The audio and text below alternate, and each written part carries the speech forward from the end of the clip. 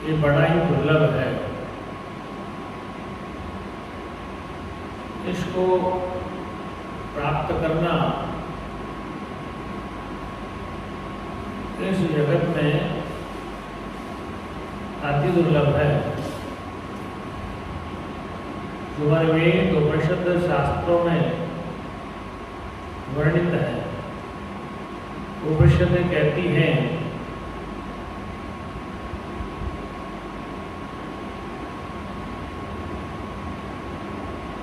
अथातो ब्रह्म जिज्ञासा, इस ब्रह्म को प्राप्त करने की जिज्ञासा कौन कर सकता है? फिर कहा है मनुष्य अधिकारत्वा, मनुष्य को अधिकार प्राप्त है। मनुष्य को अधिकार प्राप्त है। मनुष्यत्व, मोक्षत्व, महापुरुष संश्रय है। मनुष्य का शरीर और उस मनुष्य में मनुष्यता, मानवता, दया, परोपकार, करुणा, प्रेम, मिलनसार इत्यादि गुणों वाला व्यक्ति ही मनुष्य का अलग अधिकारी है। इसलिए मनुष्य जन्म मिला, लेकिन उस मनुष्य शरीर में जिज्ञासा नहीं है, अपने परम लक्ष्य को जानने की उत्कंठा नहीं है। इसलिए उसको दुख सता रहे हैं। जिस समय जीव अपने परम लक्ष्य को प्राप्त करने की उत्कंठा उत्पन्न करेगा, अर्थात जिज्ञासा उत्पन्न करेगा, तो उसके दुखों की निवृत्ति निश्चित हो जाएगी।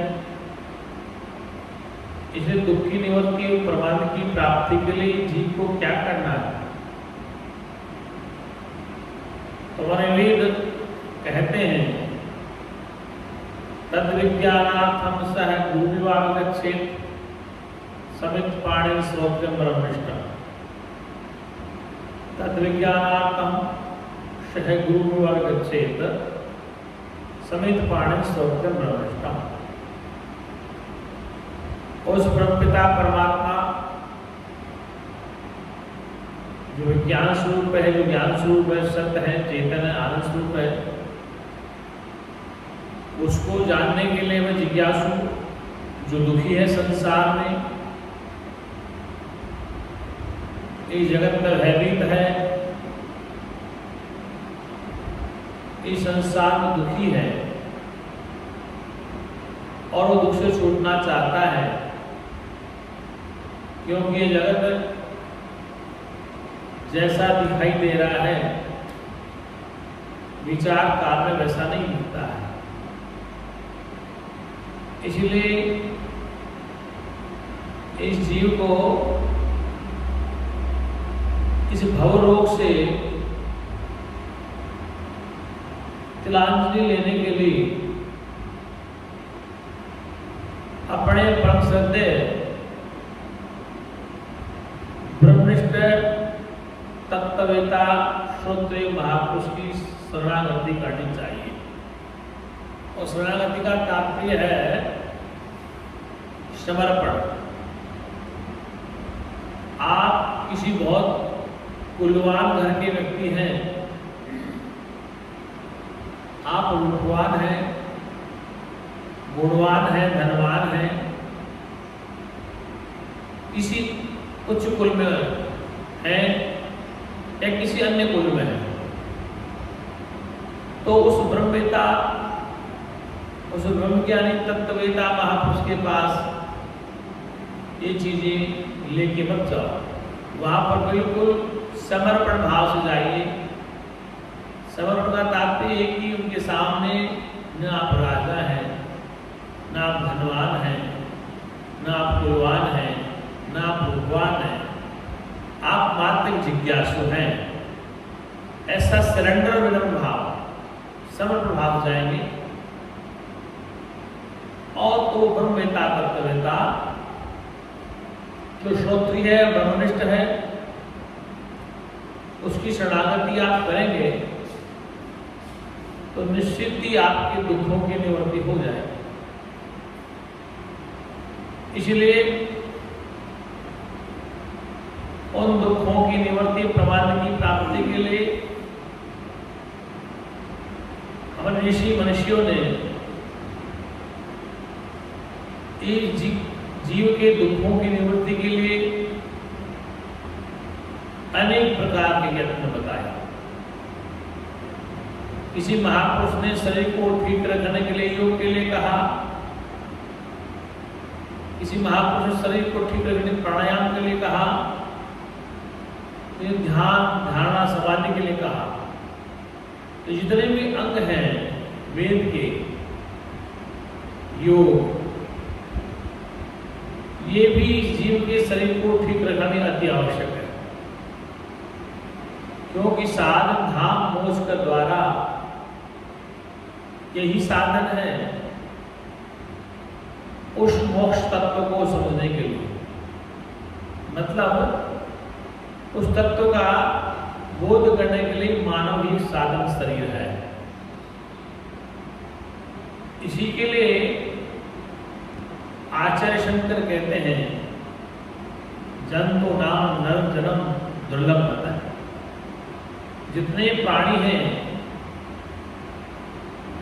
उन मनुष्य का शरीर अति दुर्लभ है, और वह शरीर हमें प्राप्त हो गया है। इसलिए क्यों न उस ब्रह्म तत्व, ब्रह्म आत्मा, अपना जो निज आत्माराम है, निस्वरूप है, उसको जानने का प्रयास किया जाए। प्रश्न आता है उसके जानने से इस जीव को लाभ क्या होगा? तो मैं कहूंगा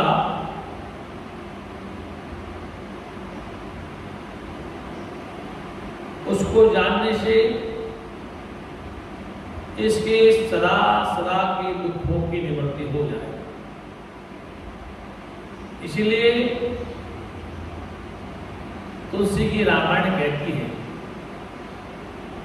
एक घड़ी आधी घड़ी आधी में पुण्यात, तुलसी संगत साध की कटे कोटि अपराध। एक घड़ी का सत्संग हो, आधी घड़ी का, और आधी में पुण्यात हो,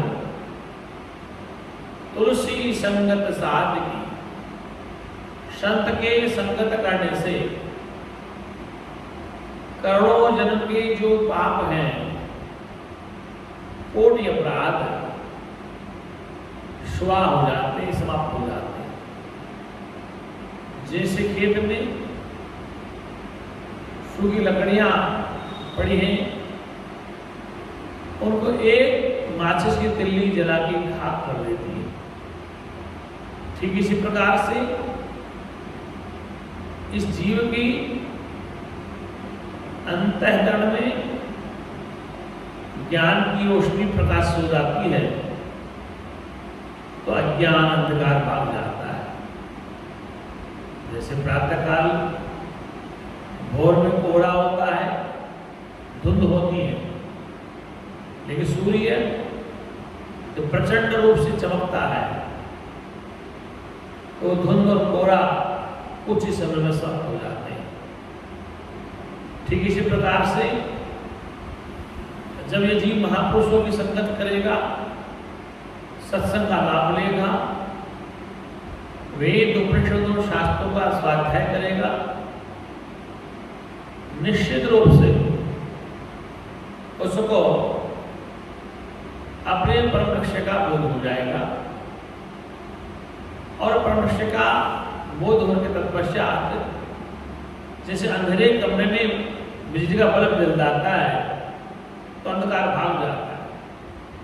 ठीक इसी प्रकार से इस जीव के अंतःकरण में अज्ञान की वृत्ति हट जाती है और ज्ञान वृत्ति उदय हो जाती है। ये वृत्ति का खेल है, एक अविद्यावृत्ति है, एक ज्ञानवृत्ति, विद्यावृत्ति। तो अविद्या के हटते ही ज्ञानवृत्ति उदय होती है, तो उससे अंधकार भाग जाता है और उसके दुखों की निवृत्ति हो जाती है। बोले सच्चिदानंद भगवान की, सत्य सनातन धर्म। तो कल के सत्संग में हमने आपसे कहा था कि जो YouTube चैनल जो चल रहा है श्री धाम जन सेवा ट्रस्ट की ओर से, इसमें आज मैं प्रारंभ करा उपनिषद। तो प्रथम उपनिषद है जिसका नाम है ईशावास्योपनिषद।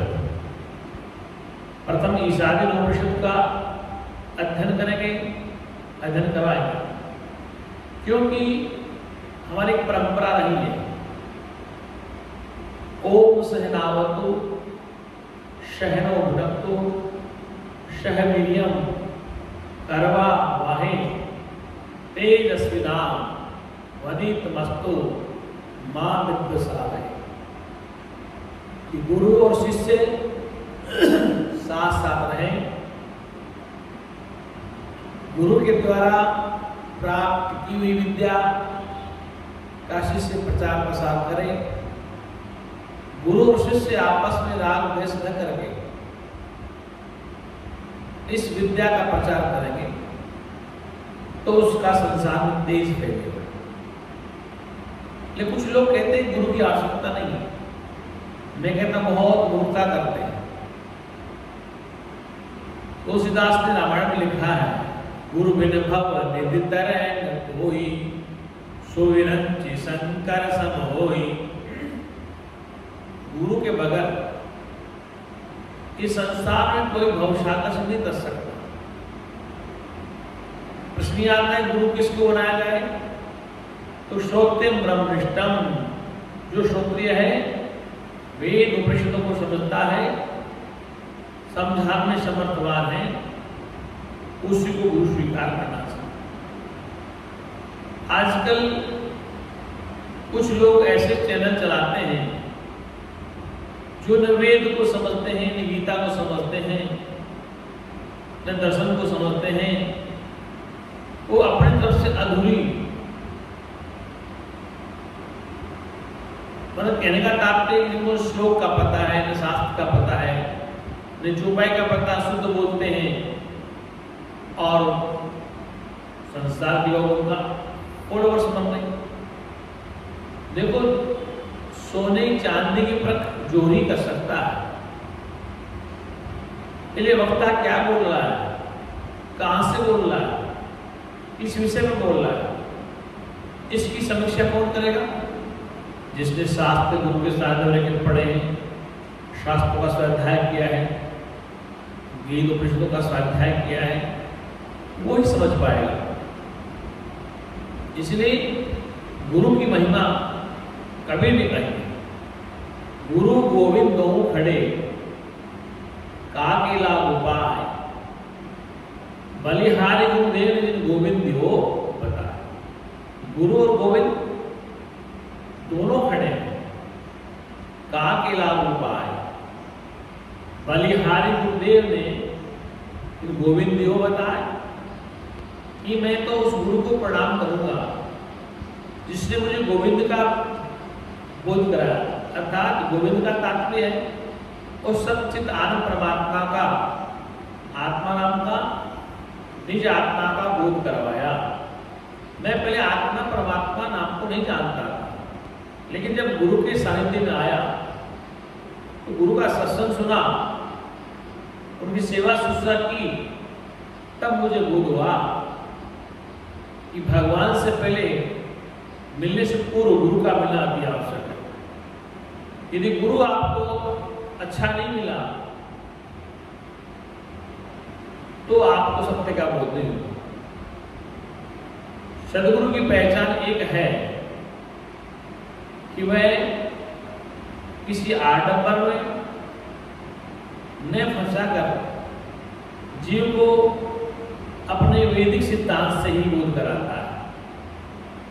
तो आडम्बर जीव भटक जाता है, वह फंस जाता है और अपने परम लक्ष्य को नहीं जान पाता है।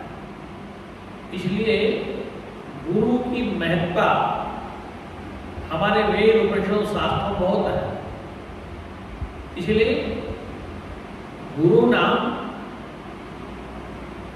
मीन्स अंधकार, रूप मतलब प्रकाश, जो जीव को अंधकार से प्रकाश को ले जाए, अर्थात जीव को अविद्या निवृत्त करके ज्ञान का बोध करवाए, स्वरूप का बोध कराए, वो गुरु है। और शरीर होने के नाते गुरु का शरीर और शिष्य का शरीर, व्यवहारिक सत्ता में दो ही होता है। तो शिष्य है वो देहधारी है और गुरु में देहधारी। उपदेश बिना देह के, बिना शरीर के न गुरु दे सकता है न शिष्य ले सकता है। ये गुरु और शिष्य व्यवहारिक सत्ता है कि वेदांत में तीन सत्ता, व्यवहारिक सत्ता, पारमार्थिक सत्ता और प्रतीति सत्ता। व्यवहार में गुरु और शिष्य बनकर भासते हैं। ये शिष्य है, गुरु है, देह के कारण, देह भेद है, ये देह का भेद है, स्थूल का भेद है, ये शिष्य और गुरु है।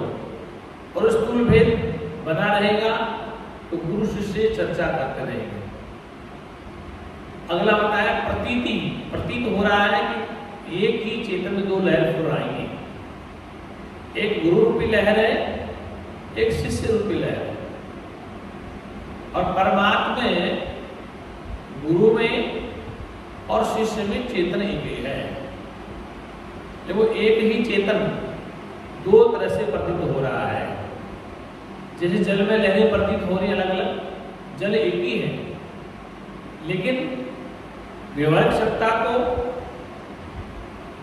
अगर हम स्वीकार करेंगे तो ही गुरु शिष्य का संबंध चलेगा। व्यवहारिक सत्ता नहीं है तो न गुरु है, न शिष्य है, न पिता है, न पुत्र है, न पत्नी है, न पति है, न पुत्र है, न बहन है। ये व्यवहारिक सत्ता में है। स्थूल भेद है, आत्मा में कोई भेद नहीं है, स्थूल भेद है। और स्थूल भेद व्यवहार के लिए है। यदि स्थूल भेद नहीं बना रहेगा, व्यवहार नहीं होगा, पिता पुत्र का संबंध, गुरु शिष्य का संबंध, पति पत्नी का संबंध, बहन बहन का संबंध, ये संबंध हमारे समाप्त हो जाएंगे। तो व्यवहारिक भेद तो बना रहेगा। केवल जो भ्रम है, भ्रम की निवृत्ति होती, भेद भ्रांत भेद तो बना रहेगा, भ्रम है वो टूट जाएगा। इसलिए इस भ्रम की निवृत्ति के लिए हम आज से प्रारंभ कर रहे हैं ईशावास्योपनिषद। इस ईशावास्योपनिषद का अभिप्राय यह है, आचार्य शंकर ने इसका भाष्य किया है। तो मैं यद्यपि मैं आपको उसका सार बिना उपनिषद के सहयोग से बता सकता हूं, लेकिन मैंने संकल्प लिया है 15 अगस्त 2024 को, तो बात आजाद हुआ था विदेशी शासकों की सत्ता से। ठीक इसी प्रकार मैं भी इस जीव को जो ये फंसा पड़ा अविद्या ज्ञान में, किसी की सत्ता को स्वीकार करके ये दास गुलाम हो रहा है। इसलिए इसकी दासता की बेड़े को छुड़ाने के लिए, इसकी गुलामी की जंजीरों को काटने के लिए मैंने शास्त्र का सहारा लिया है। कि संसार ये तर्क करता है कि प्रमाण क्या है, क्या शास्त्र प्रमाण है, क्या वेद प्रमाण है। इसलिए मैं प्रमाण दे रहा हूं कि सनातन धर्म में प्रमाण है। इसलिए वेद है, उसका अभिन्न भाग ये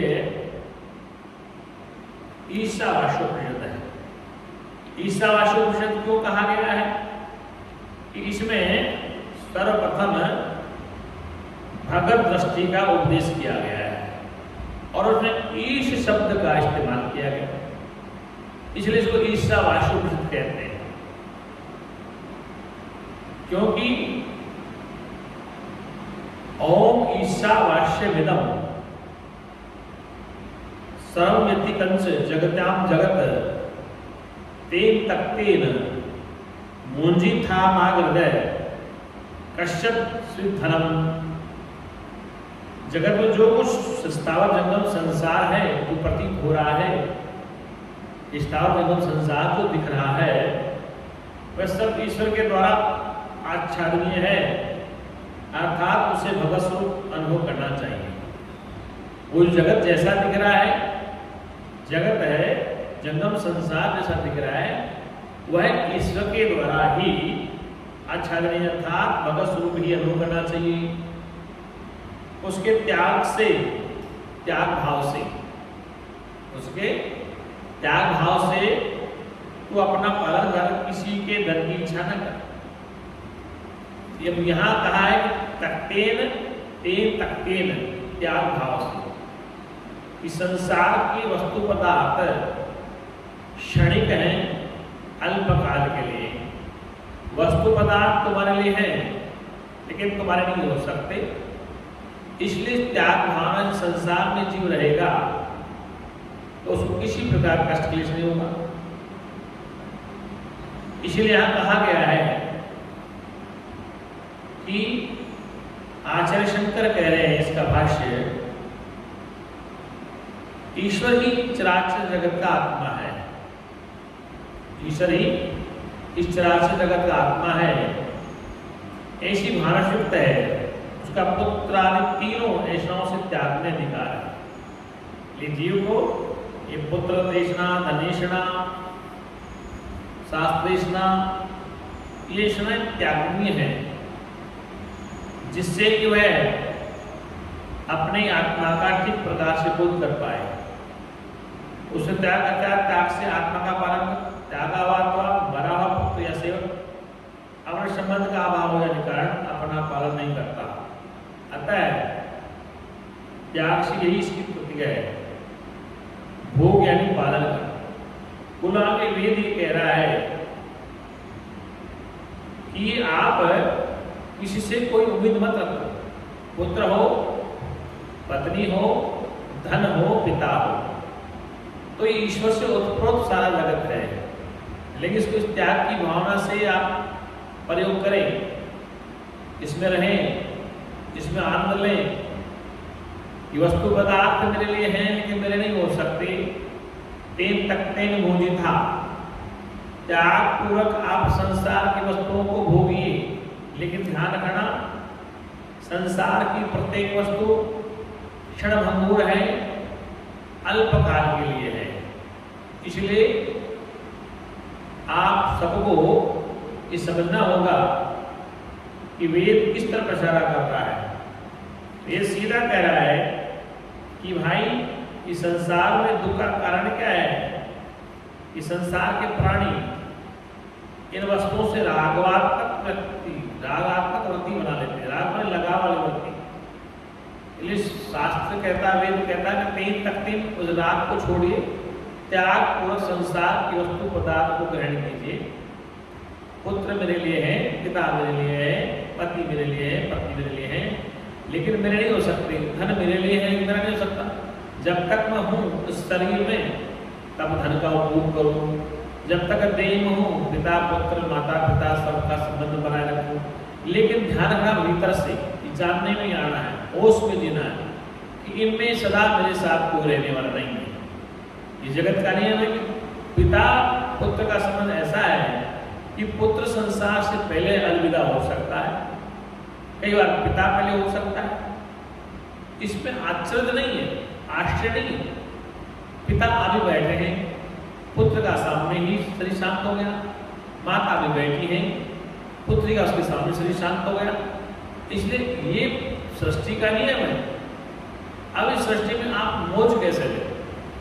यदि आप ऐसे रोएंगे धोएंगे तो संसार में आनंद नहीं ले सकते। ये पिता हो, पुत्र हो, कन्या हो, XYZ कोई हो, ये समस्त वस्तु पदार्थ आपके लिए तो है लेकिन आपके लिए हो सकते।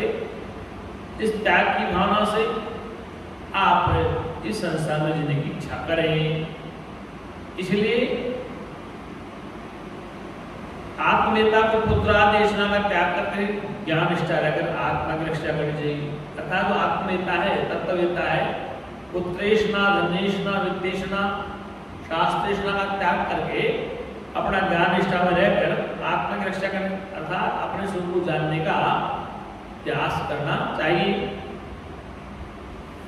और कहा अब जो आत्म तत्व का ग्रहण करने में असमर्थ दूसरा अनात्मज्ञ पुरुष है, उसके लिए दूसरा मंत्र है उपदेश। पहला उपदेश मंत्र का था कि जो आत्मज्ञ है, जो ज्ञाननिष्ठ है, उसके लिए था। अब जो ज्ञान में निष्ठा नहीं रखता है, वो असमर्थ आत्म तत्व का ग्रहण करने में, वो अनात्मज्ञ है पुरुष है, अर्थात जो आत्मा को नहीं जानता, अज्ञानी है, उसके लिए अगला श्लोक दिया है। कुर्वनेव हे कर्माणि जिजीविषत् ओम समः यम त्वयि नानिथो अस्ति न कर्म लिप्यते नरे। इस लोक में कर्म करते हुए ही 100 वर्ष तक जीने की इच्छा करे। जो आत्म तत्व को नहीं जानना चाहता है, जो ब्रह्म ज्ञान को नहीं समझना चाहता है, उसके लिए वेद ने कहा है इस लोक में कर्म करते हुए भी, क्या कहते, कर्म करते हुए ही इच्छा करे, क्या इच्छा करे कि मैं 100 वर्ष तक जीऊंगा। इस प्रकार मनुष्यत्व का अभिमान रखने वाले तेरे लिए इसके सिवा और कोई मार्ग नहीं है जिससे तुझे कर्म का लेप न हो। इस 100 वर्ष तक तो इच्छा जीने की कर, मैं 100 वर्ष तक जीऊंगा, क्योंकि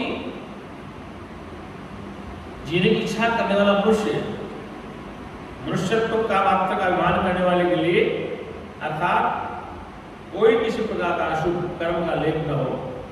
अगर जिससे वो पुरुष कर्म से लिप्त न हो, क्या हो, किसी प्रकार का अभिमान कर्म में न हो, तो कर्म से लिप्त न हो, उसके लिए अग्निहोत्र आदि शास्त्र विहित कर्मों को करते ही जीने की इच्छा करे। क्या करे?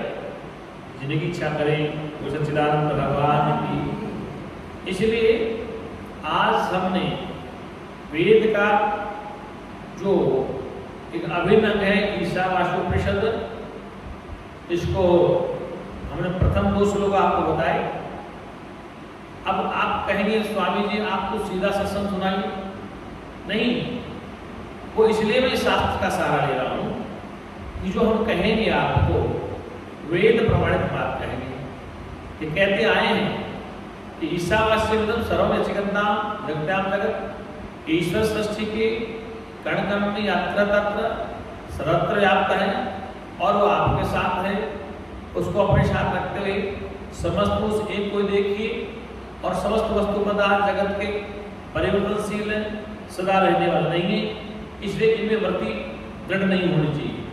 क्षण भंगुर है, परिवर्तनशील है, बदलने वाले पदार्थ हैं, इसलिए इस त्याग की भावना से संसार के वस्तु पदार्थ को भोगे कि वस्तु पदार्थ मेरे लिए हैं लेकिन मेरे नहीं हो सकते हैं। दूसरा श्लोक, यदि आप आत्मज्ञ नहीं, ज्ञान नहीं प्राप्त करें तो आप कर्म से एक रास्ता है, कर्म का अभिमानी न बने, कर्म करने का अभिमानी न बने, ऐसे अनुशासन से कर्म करें। तो उसके लिए भी शास्त्र ने कहा, वो सच्चिदानंद भगवान की जय, सत्य सनातन धर्म की। आज बड़े वेद मंत्र बोले, सर्वे भवन्तु सुखिनः, सर्वे सन्तु निरामयाः, सर्वे भद्राणि पश्यन्तु, मा कश्चित् दुःखभाग् भवेत्। हे परमपिता परमात्मा, सब सुखी हो, दुखों से आजाद हो, यही हमारी सद्भावना। ओम